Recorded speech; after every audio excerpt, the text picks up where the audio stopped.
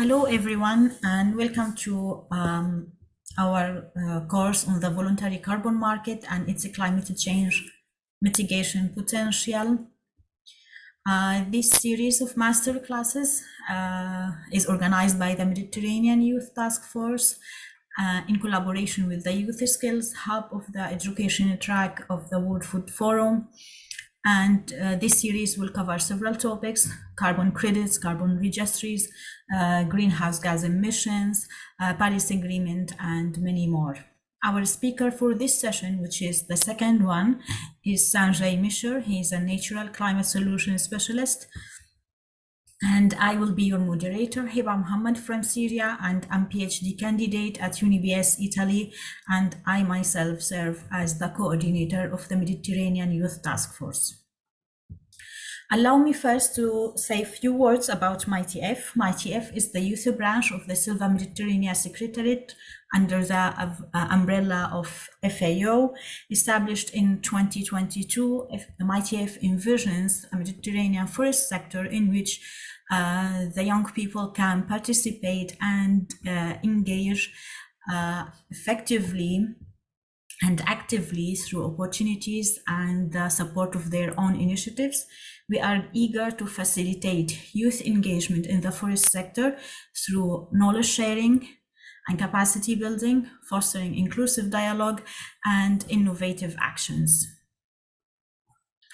MYTF members come from 33 countries, and they are engaged young people up to 35 years old who are either living in or coming from a country in the Mediterranean regions. They have active role in the forest sector in the region, whether they are students, young professionals, or young researchers.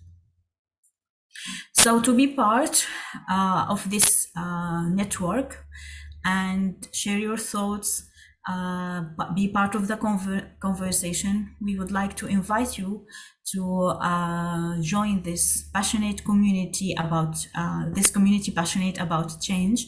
And you can follow us on social media and write directly to us through our email, and you can scan this QR code to reach to our online platforms.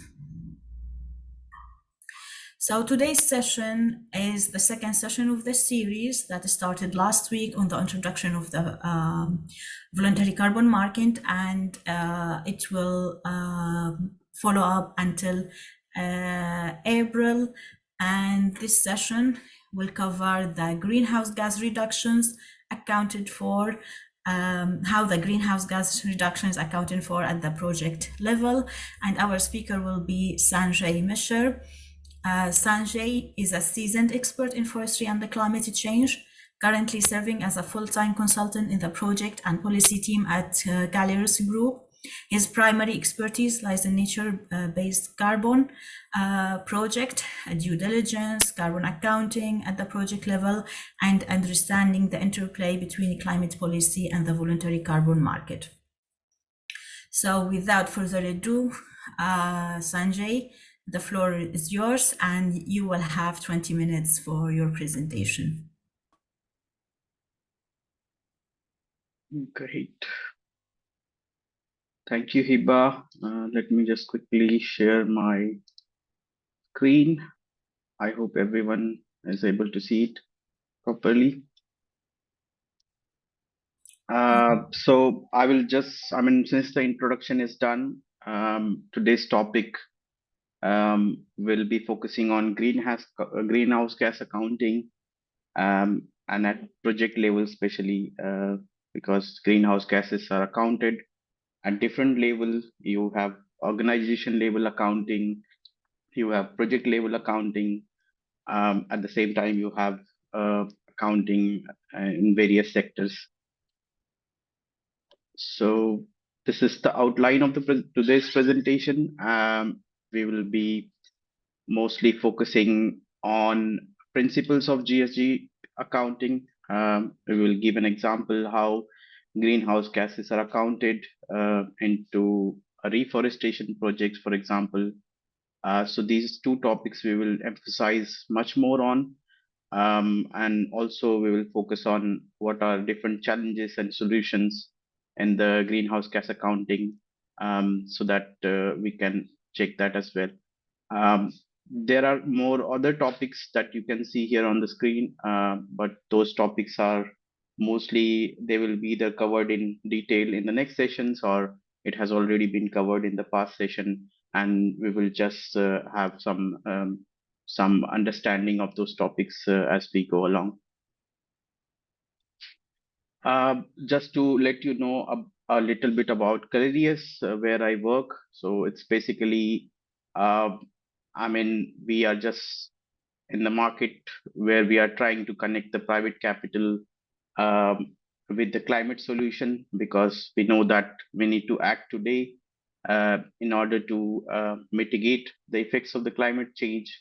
And the climate action is only possible when there is proper financing instruments are available out there. And basically, Callirius is trying to bridge the gap between finance and climate mitigation efforts. Um, and how we do it is we then define our quality criteria, and based on that quality criteria, we define how climate action, different climate solution projects look like, how the integrity is defined, how the quality is defined, and based on that, we then propose these financing solutions to different corporates and different institutional grade investors. Next slide is about how GHG accounting has been evolved over the time, and what are different protocols and different standards. So as you know, that from 1995 to 1997, it was the major time when all these events started happening. So around Kyoto Protocol, and IPCC was given task to come up with the guidelines in order to see how the greenhouse gases can be defined. So the definition came at first, and then these actions finally, then later on, greenhouse gas protocol, ISO, they came and they laid detailed guidelines and detailed standards in order to quantify different greenhouse gases emissions. Um, and after that, once you account these greenhouse gases, you need to first transparently report them. And there are different reporting mechanisms that you see here. There are different guidelines and from different organizations like CDP, TNFD, and these guidelines are then they guide different organizations to show their impact, show the kind of emissions that they are doing, and what kind of action they wish to take. And later evolved the SBTI guidelines, Science Based Target Initiative. So this is basically setting targets based on your emissions and how you want to achieve and cut your emissions, and how you want to contribute towards different climate mitigation efforts. So these are detailed guidelines provided by the Science Based Target Initiative in order to be aligned with the 1.5-degree target of the Paris Climate Agreement.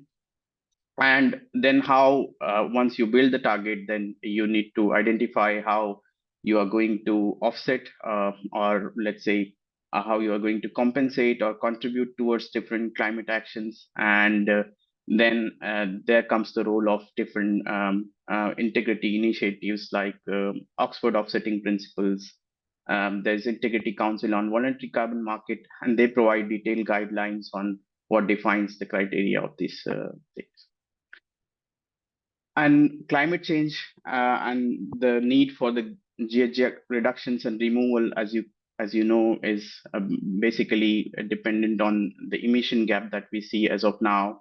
That in order to reach the 1.5 degree Celsius target by 2050, we need to, there's an emission gap of at least 20 to 23 billion tons of carbon equivalent. And this accounts for at least 38% of the total global annual emission, in order to be on the track of 1.5 degree pathway by, I mean, that's a near term target by 2030.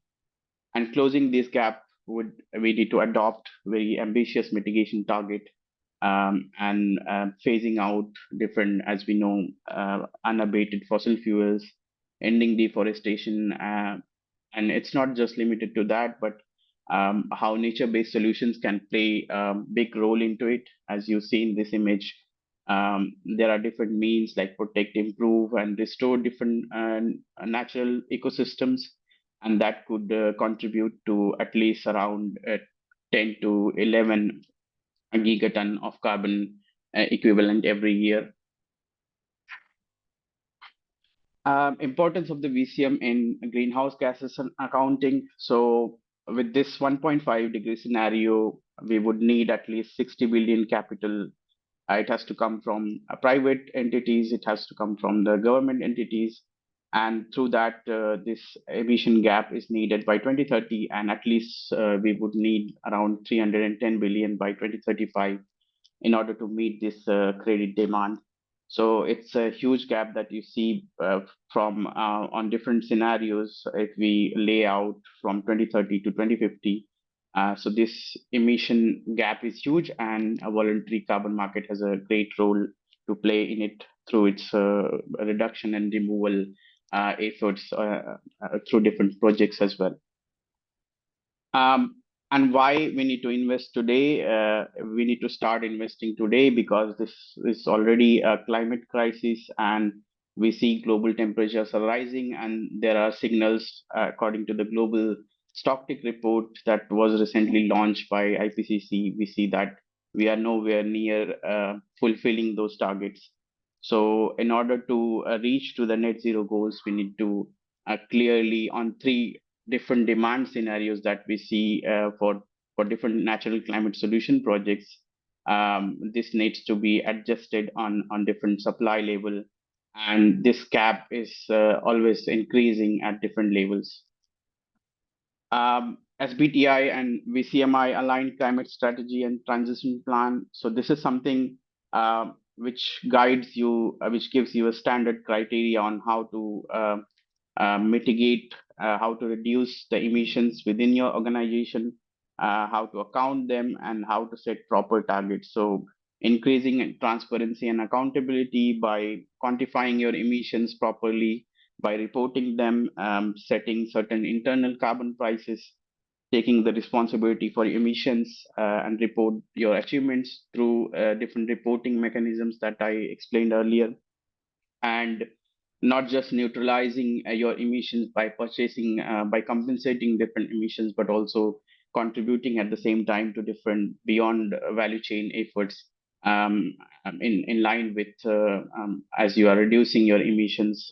So it is also really important, and that has to be done by different high quality carbon removal credits, which are CCP aligned.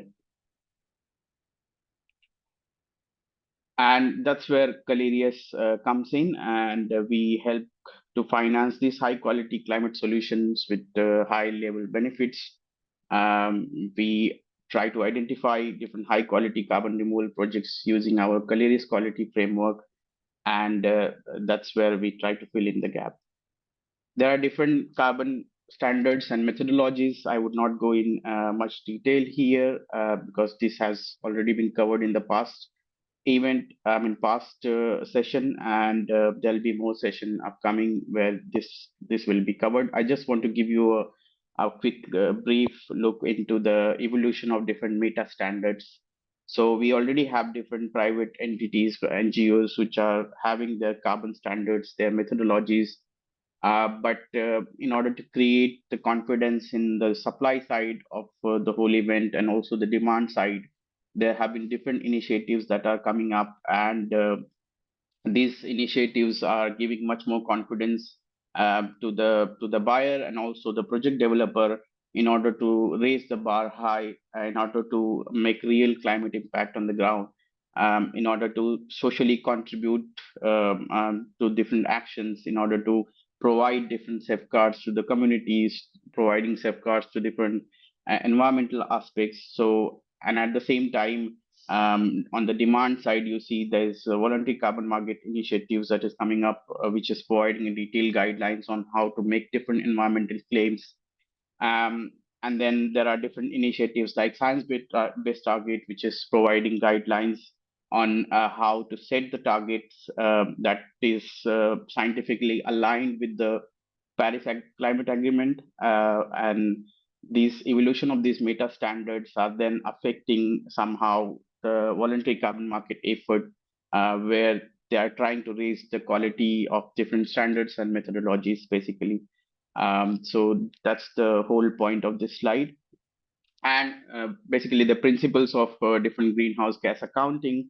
So as you see, greenhouse gas protocol has led these principles, these 6 principles based on which the greenhouse gas accounting is based on. So relevance of the data, whether the data is complete, whether you have all the information or not, whether the data is consistent with different methods and criterias and different assumptions, how you are maintaining the transparency in the data, whether there is sufficient information available for different third parties to assess the credibility and reliability of the reductions and removals and their claims, how accurately you are reducing uncertainties. So that's another aspect that this protocol considers. Then conservativeness of the data is also one of the important aspect, where you have to be conservative in your assumptions, the values that you provide, the procedures. Wherever there is high uncertainty, you try to highlight that uncertainty, or you at least try to consider that uncertainty into your accounting. This is an example of greenhouse gas emission calculation and accounting in a reforestation project. So, for example, there's an area of 3,000 hectare grassland. So this is just for an example. It is based on this GHG protocol principles. And this grassland is in North Argentina, which is reforested for the next 1 year with X species, and quantify how much carbon is sequestered in 30 years for 500 hectare. Since there is a grazing, so there is leakage involved, and there is obviously no project emission, and we basically identify the climate domain. This is a bit, I mean, it looks overwhelming, but we will just try to go step by step. So we first try to calculate what are the project removals. So how projects sequester the carbon. So we do that by calculating the above ground biomass. That means the trees that we are planting. And how that is done is we calculate the increment of the stem wood, multiply that with wood density, and then there are biomass expansion factors available, which considers then all the leafy vegetation that is available in the tree. Based on that, then we calculate the total below ground biomass, which is so total above ground biomass into the root shoot factor. So how much carbon is then stored in the root? There are IPCC data available that guides you throughout the process. Then we calculate the total biomass, which is A plus B, and then we calculate the annual carbon fixation. So how much in a ton of biomass, how much carbon is actually there. So we calculate the carbon fraction. So we consider it around to be around 47 to 50% of the carbon is available there in 1 ton of biomass. And thereby we calculate the annual carbon dioxide equivalent fixation. So carbon dioxide is one thing, and then you have equivalents, because you then convert the carbon dioxide into greenhouse gases. So there are multiple greenhouse gases, and you have to convert that through that. So you provide that ratio of carbon's molecular biomass into the whole thing. So that is the ratio of the carbon dioxide into the carbon. So once you calculate that, so this becomes the part of your project removals or reductions that happen because you intervened through certain activity. And this has to be then a minus from the baseline emissions. So baseline emissions basically are the annual emission factor that is defined by the IPCC already, and this is then multiplied by total area that you are considering, and carbon dioxides, then how much carbon dioxide is there in the carbon that you calculated. Leakage is also calculated, then annual emission factor for cultivated organic soil and total area, then how much area has been grazed, and then you try to convert that into the tons carbon dioxide equivalent per year. And we have permanence buffer because permanence buffer is necessary because there can be certain natural events like fire or insect attack, and the certainty of the carbon fixated is under attack. So we need to consider certain biomass to be under certain carbon dioxide equivalent to be under the permanence. And there was project emission zero. So overall carbon sequestration is will be how much annual carbon fixation in terms of carbon equivalents you did, how much baseline emission. So you minus the baseline emission, minus leakage emission, minus your permanence buffer, and minus your project emissions. So overall, what you get is the total carbon sequestration into, for per year for that particular area, and that sequestration is then accounted for the whole crediting period. Later on, I can send you a detailed Excel where you can try this, try to work on this example, and I can provide that later on. There are a lot of roadblocks in the voluntary carbon market right now, and that is delaying the private sector um, climate action from private sector side. So basically, we identified this low quality and high risk. So low quality, that means there is lack of supply of high integrity credits, and high risk because there's then because of this low quality, there is high greenwashing risk or accusation that can happen.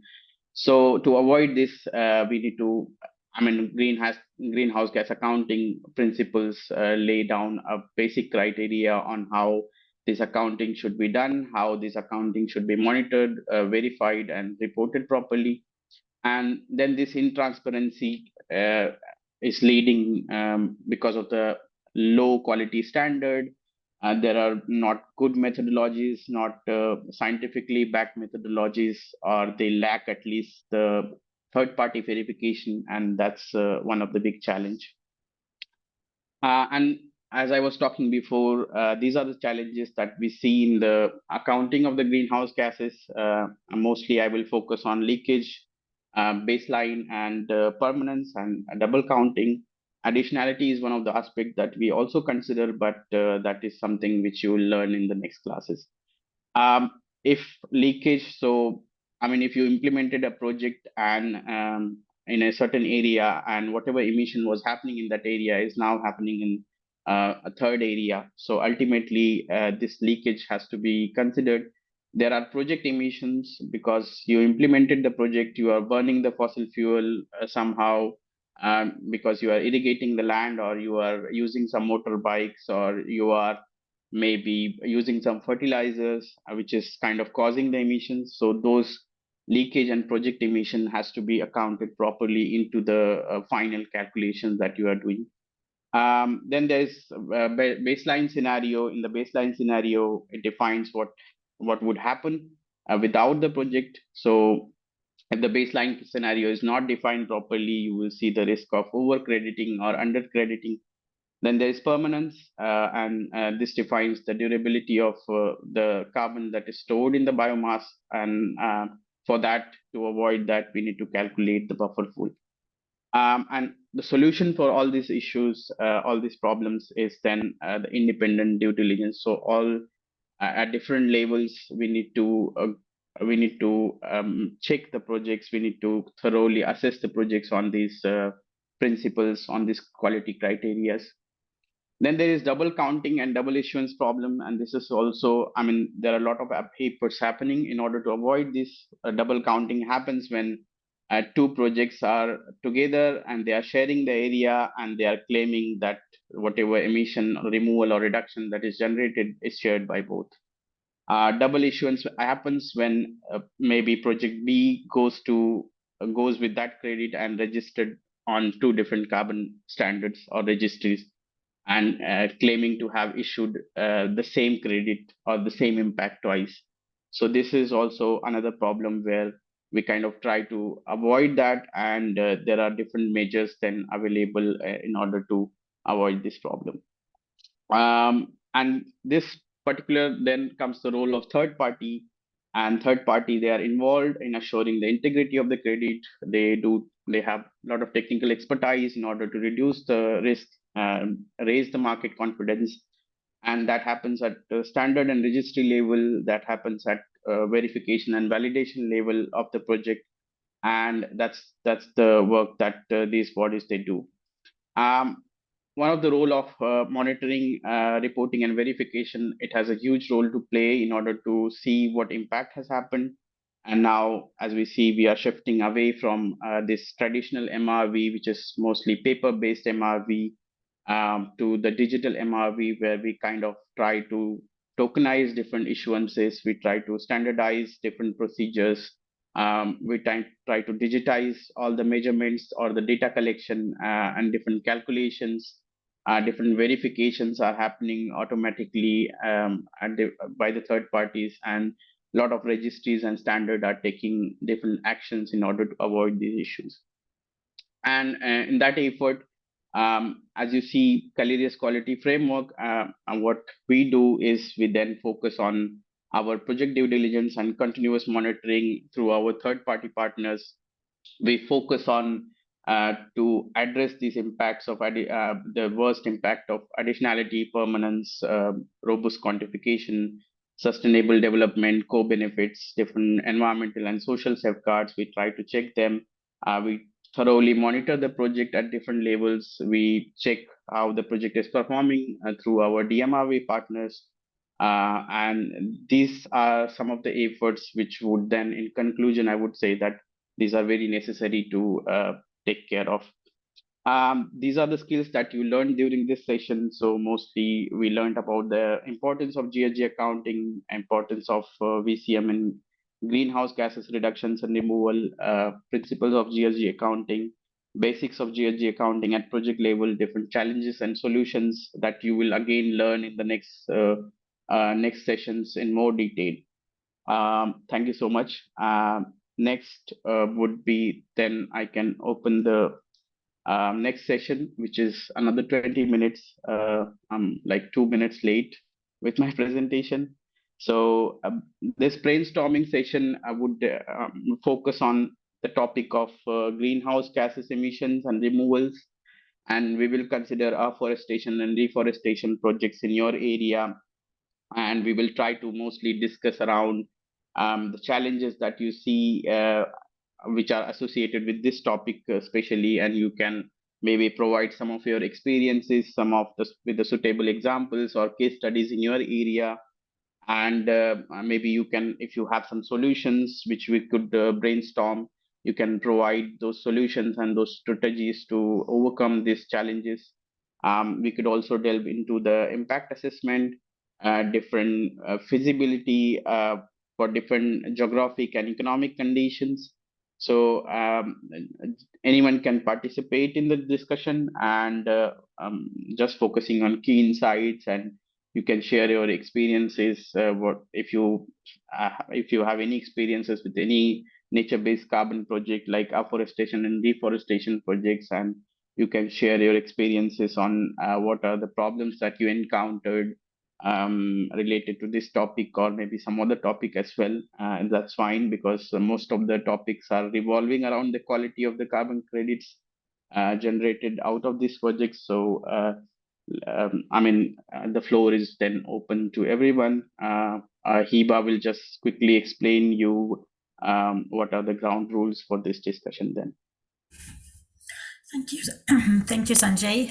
Well articulated presentation.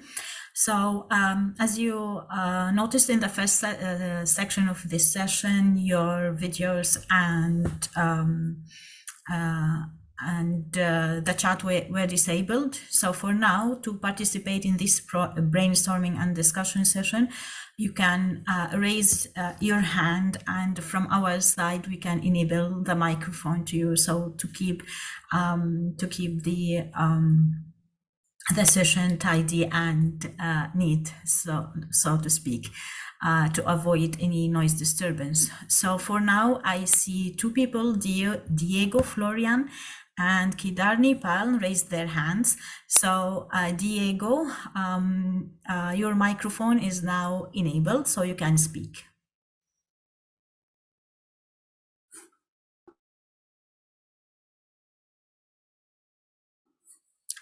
Diego, are you with us?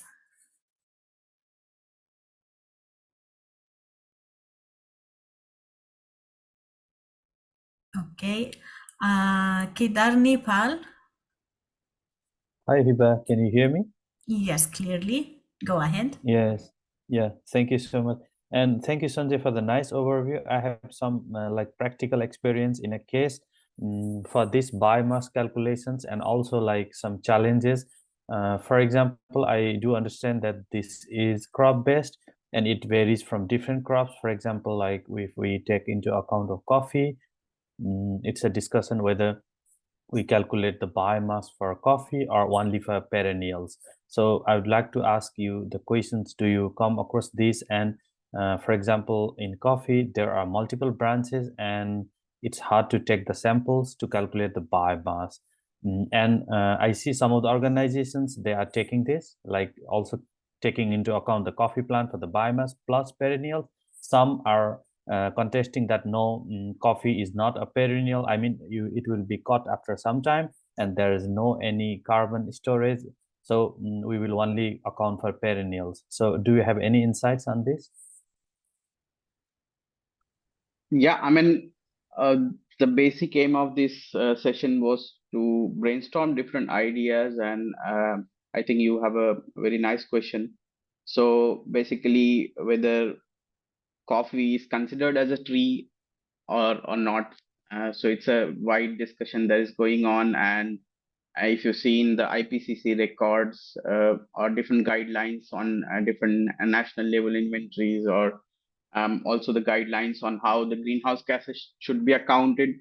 Uh, the coffee plantations or any other agroforestry plantations, like there have been papaya, there some people are planting these in alley cropping into the main crop, like different tree crops, and this is a big challenge whether to account them into the greenhouse gases emissions and reductions or removals or not. So I think, and my very own opinion, and this also then aligns with the available literature also, that these are mostly the efforts that in agroforestry plantations, at least when you are accounting for different tree crops, these data has to be really conservative. So you cannot consider, because these are then aimed at providing different social co-benefits to the society or the communities that are living around that area, and they are supposed to provide the livelihood and different sustenance to the communities. So ideally, this is not something that you can benefit on both sides. So you cannot claim the carbon credits for that coffee plantation or papaya plantation, and at the same time you are claiming the carbon credits for the trees or the biomass that is growing in the form of trees. So this is something that is conservative in your calculations, and you only consider the biomass that is in the form of the trees or the main crop that you are planting, and we would then consider all other agroforestry crops as providing different sustenance, providing livelihood to to the communities around. So that would be my short answer, but yeah, we can again brainstorm that if you have further questions. Thank you so much, Sanjay. And a quick follow-up, very quick. So, for example, if we consider only the trees, and there are trees of different ages, for example, the newly planted trees and trees which are over for 10 to 15 years, some are 5 years. So, do you already know some guidelines that you can take the deviates of those trees on a sample basis, or do you have any insights on this? Yeah. So basically, we first, I mean, this is not a very common practice right now in case of afforestation, reforestation projects. But The standard protocol says that you have to set up the sample plots in order to quantify how this biomass is growing over the time. But then you also have the available data, which says that, okay, from year 1 to 5, you monitored the biomass, because from year 1 to 15, maybe, or 1 to 20, the biomass growth is rapid. Maybe from 30 or 40 year onwards, the biomass growth is then becoming very slow. But then right now we don't have data available for all species in the form of sample plots, actually, because whatever literature is available right now is in different climatic conditions. There are different daphic and different silvicultural conditions available. So ideally, we just consider that data while doing these calculations. But in an ideal scenario, what would happen is we then kind of set up the sample plots with certain number of trees, and we try to monitor that data, and we try to imitate that data into then a bigger plots. Or if there is existing plantation, then you kind of do this basic sampling, and there is standard guideline again for how to do this sampling, or for the inventory purpose and for calculating the biomass into a plantation, where to set up these plots and how to account this, how to monitor this data. So that guideline is also available. Okay, thank you so much. Thank you so much. And Abdullahi, your microphone is enabled now.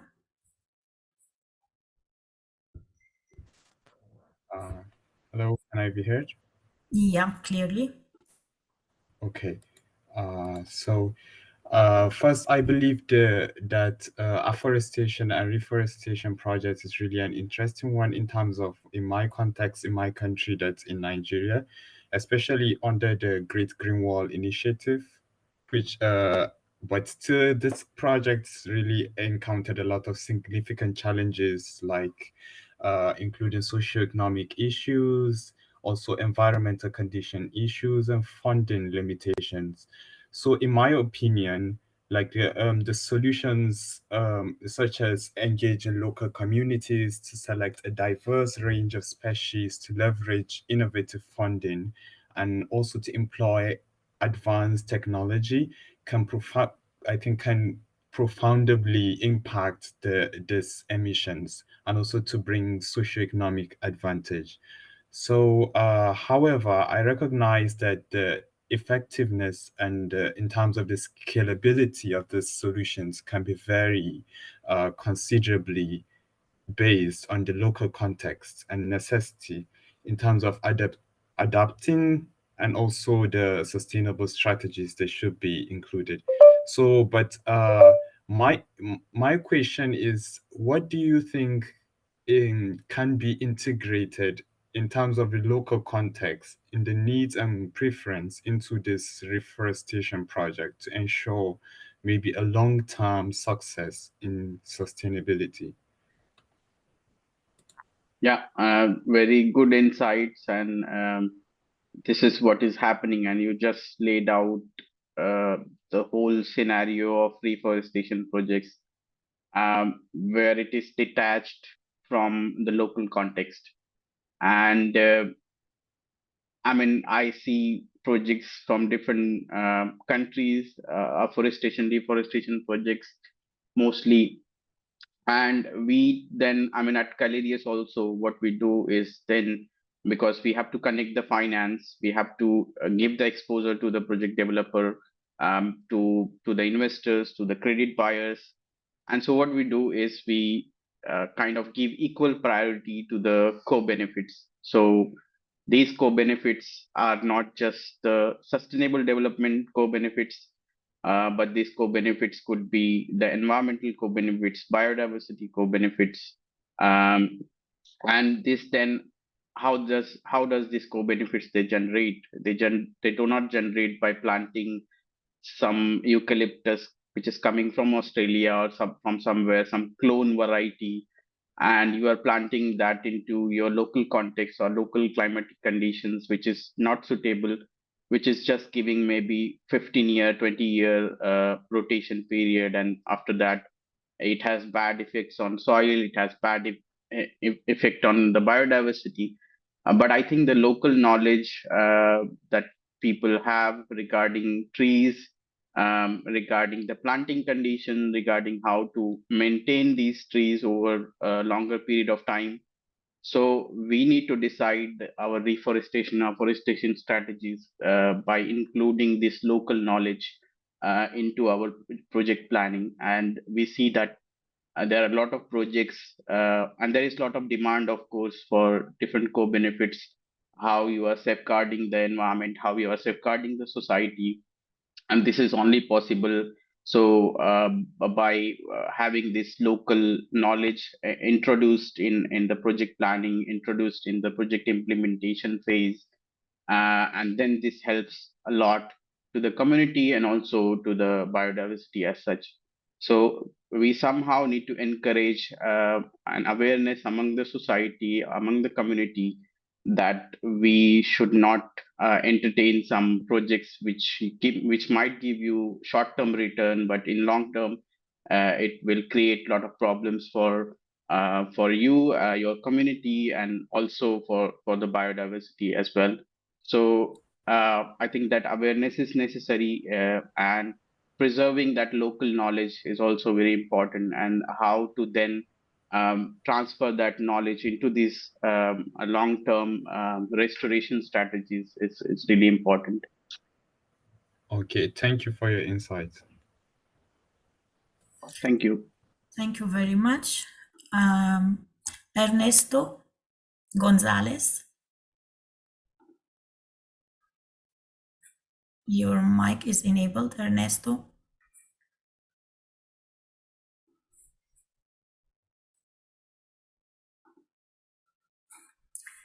Ernesto, are you with us?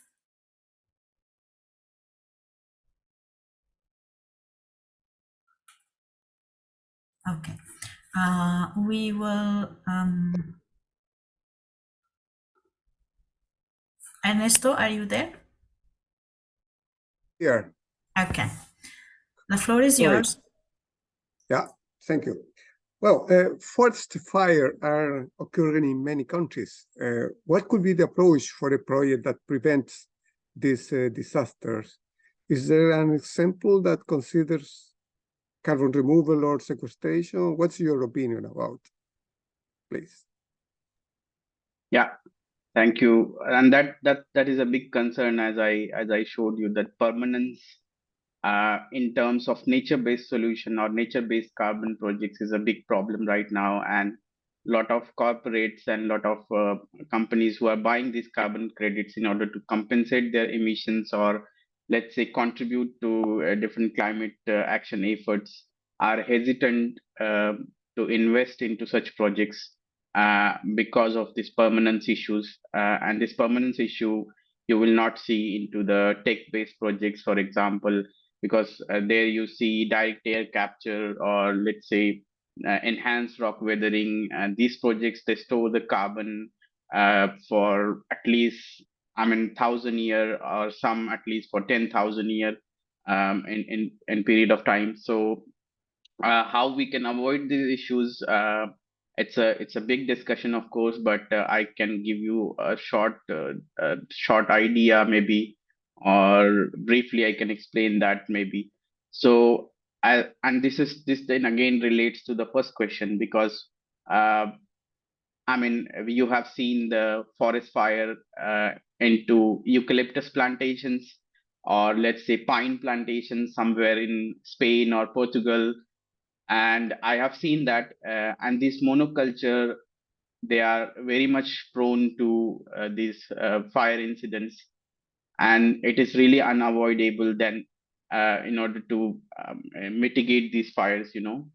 So basic advice is, from the scientific point of view, is planting mixed crops, mixed native species of different age groups, uneven age plantations, in order to avoid this kind of events. There are different strategies then on the ground in terms of silvicultural practices, on how to create fire lines, on how to maintain your plantations or the forest area. That's something that is another mitigation aspect that you see.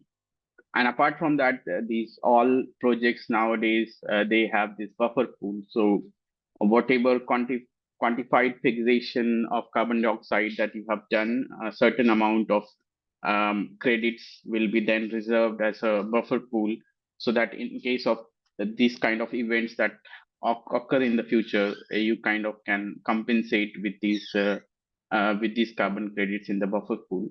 So, I mean, ideally, again, I mean, I would emphasize then that local people and these local strategies into the local context are very much helpful in kind of mitigating these risks of fire and other such risks like insect attack or something.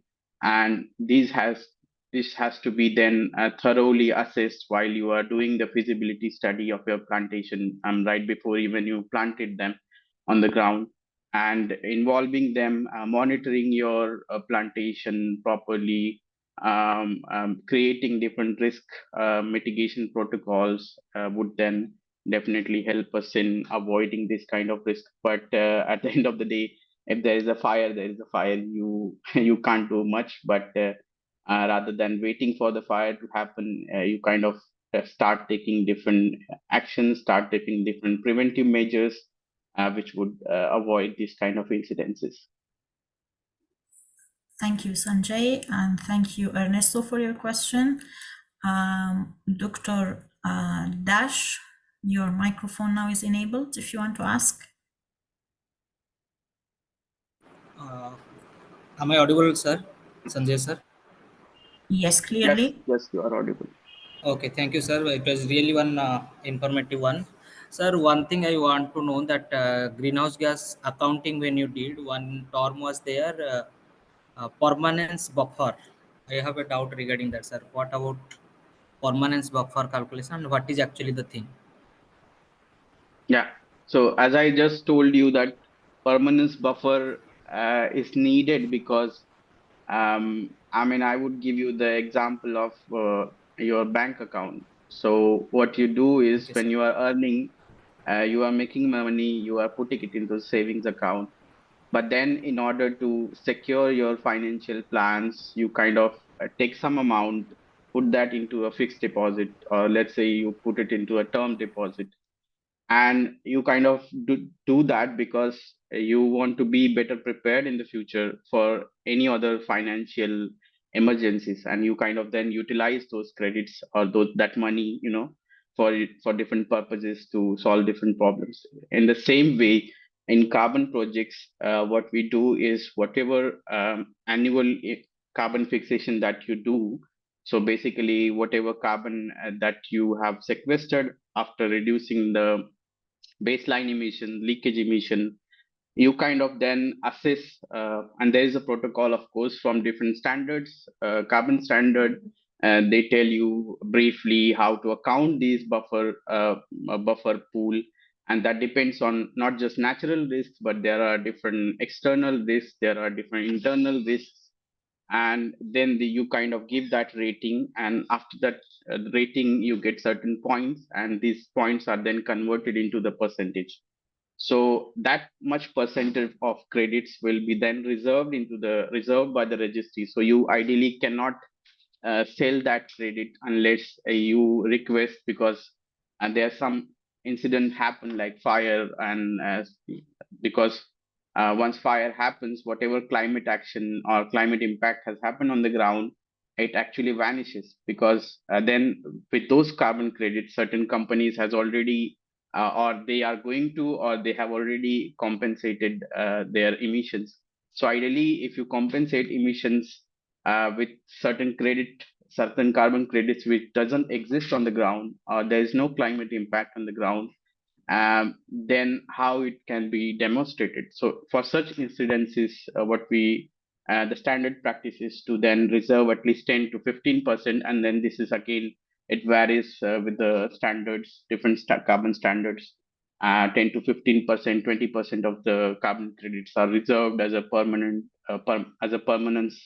buffer pool, so that you can use them to compensate for the losses that you have done, or whatever losses that happens in terms of by fire or by insect attack, or maybe certain illegal logging happened in your plantation, somebody stole the trees, so you can compensate them. So that's the basic thing.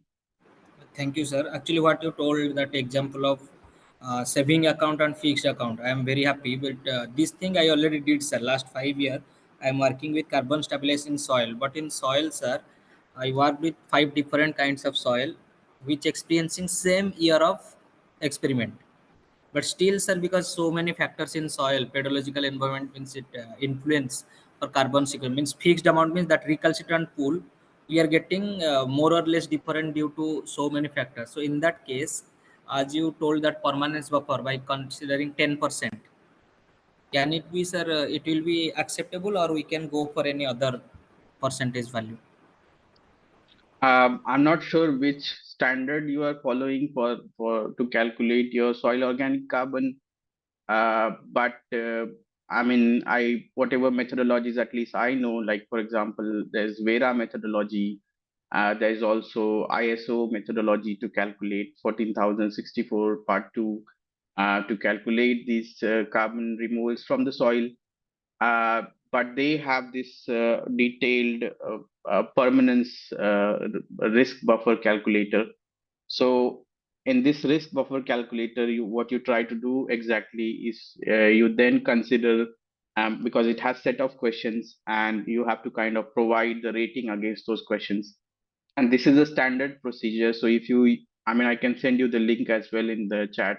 And if you use this permanence tool in order to calculate the permanence buffer, so whatever percentage you will get, maybe the minimum is 10% for Vera. For gold standard, it's 20%. So somewhere in between this, you will get the your permanence, or even you could get some higher percentage as well. But this standard protocol is acceptable by most of the standards and methodologies. And you could then scientifically quote this methodology or standard of calculating the whole permanence buffer pool. So I think that would be then helpful in your case as well. Yeah, I don't know if that answers the whole question, because then I have to Thank you so check much, sir. the data that you have in detail, but I can Yes, share yes, the. sure, sir. I will go that methodology you told, like I see ISO 14,060. I will go through that. Thank you so much, sir. Thank you very much. We will move now to answer a few questions of many that are in the Q&A box.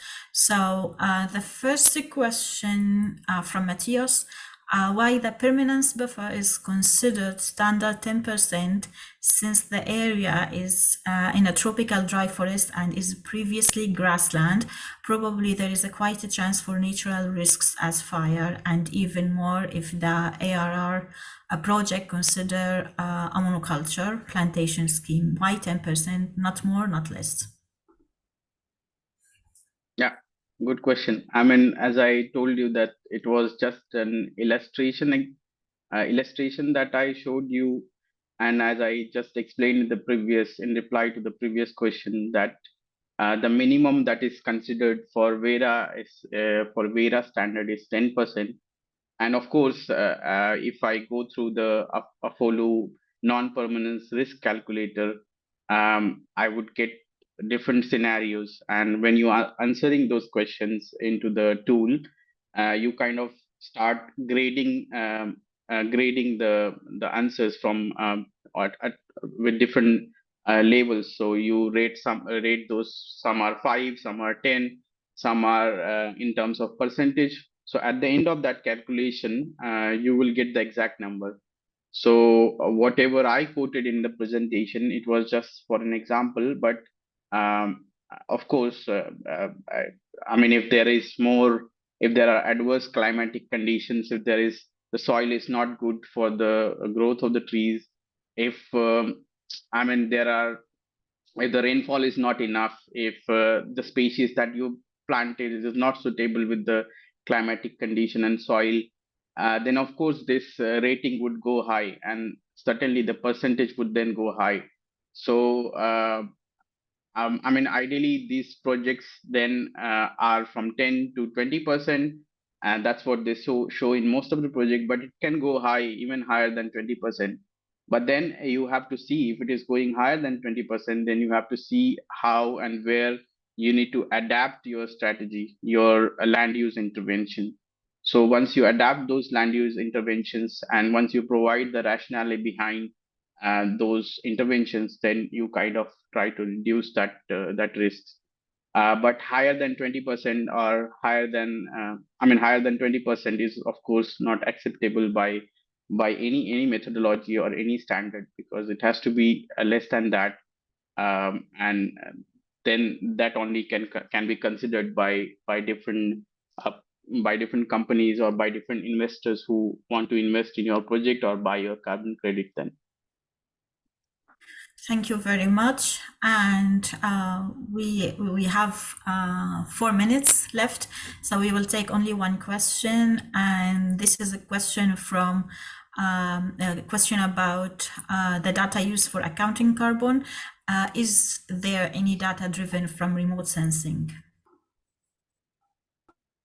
Yes, of course. So as I said, I mean, there are different LiDAR images and remote sensing technologies nowadays are available based on the NDVI calculation, and these are then being used.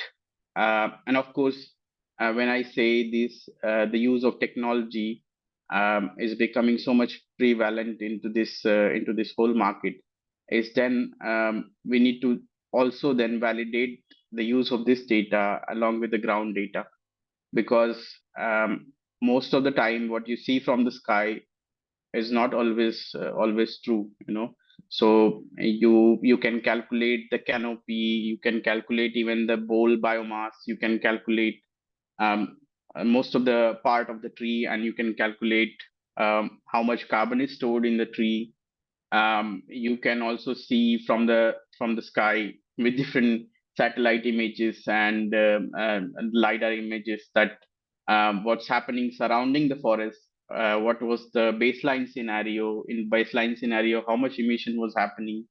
You could monitor all these aspects. Even you can monitor the permanence risk associated with the project. So whether how much likely it is to be that the fire will occur in next 5 years, what are the chances of maybe drought in that area.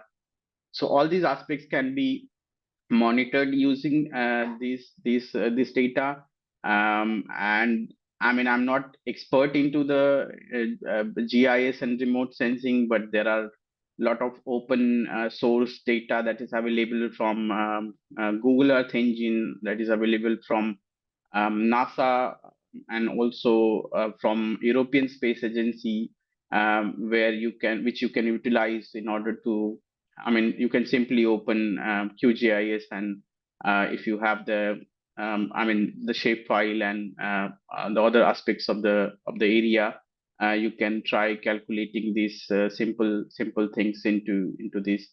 But at the end of the day, the bigger challenge is how much ground data you have in order to validate whatever data you are getting from the remote sensing or the LiDAR images. So this data will only be validated when you have a lot of ground data available. So at the same time, whenever you are doing this, you need to validate and verify this with the ground data as well. So yeah, but yeah, it's a separate vast topic which can be maybe discussed and covered later in some of the master classes in future again. That's great. Thank you very much, Sanjay. And it's our time is about to be finished. So we will introduce you now to the next session that will be next week. And it will be the third session of our master class, of our course on the voluntary carbon market, and it will cover the carbon credits and its quality and integrity. Some topics to be tapped on during this masterclass: the definition of carbon credits, explanation of why quality is crucial on the carbon credits, the impact of the quality, some examples of high quality and low quality carbon credits, and the futures of low quality credits. This session will be held by Lucio Brotto. He is the co-founder and the director of the private business unit at the 84 private consulting company in Italy, and it will be next Tuesday, the 30th of January 2024 at the same time. So we invite you all to rejoin this session, and it's a pity that we don't have enough time to cover all the questions that are in the Q&A, and but they were very insightful, and the session and the discussion was quite rich. And until we see you again next Tuesday, we would wish you a great afternoon wherever you are, and see you next Tuesday. Thank you. Thank you, everyone. Thank you for your attendance. Thank you so much, everyone. Thank you. Bye.